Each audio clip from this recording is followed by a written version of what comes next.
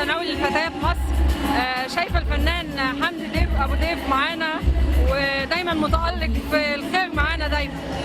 ربنا يخليك. هو واجب علينا اساسا لما نلاقي زفاف جماعي وبعدين ما نقولش ايتام، هم اخواتنا وحبايبنا، فكلنا بنيجي بحب عشان خاطر نشاركهم فرحتهم يعني. فمنظر جميل جدا، وانا شايف كل الفنانين جايين بحب، وحتى اللي قائمين بالعمل كله من الالف للياء جايين بحب، وشايف العرسان نفسهم فرحانين بالجمع يعني. عايزه اسمع منك كلمه ليهم النهارده.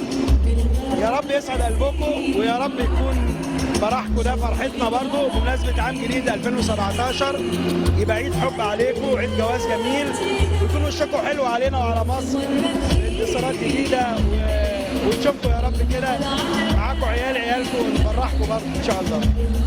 حابه اسمع منك كوبليه من اغنيه من عندك.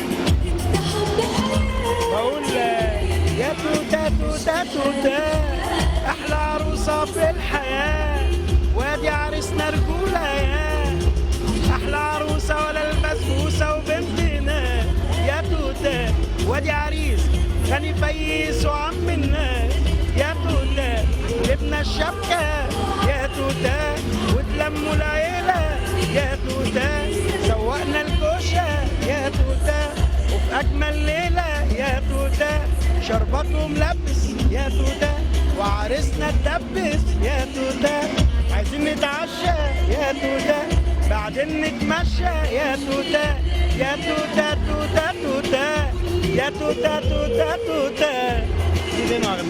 اتمنى لك وقت سعيد معانا النهارده، وهنشوفك ان شاء الله في الحفل ان شاء الله. ميرسي حضرتك. اهلا بك، كل سنه وانتم طيبين والف مبروك. ميرسي حضرتك.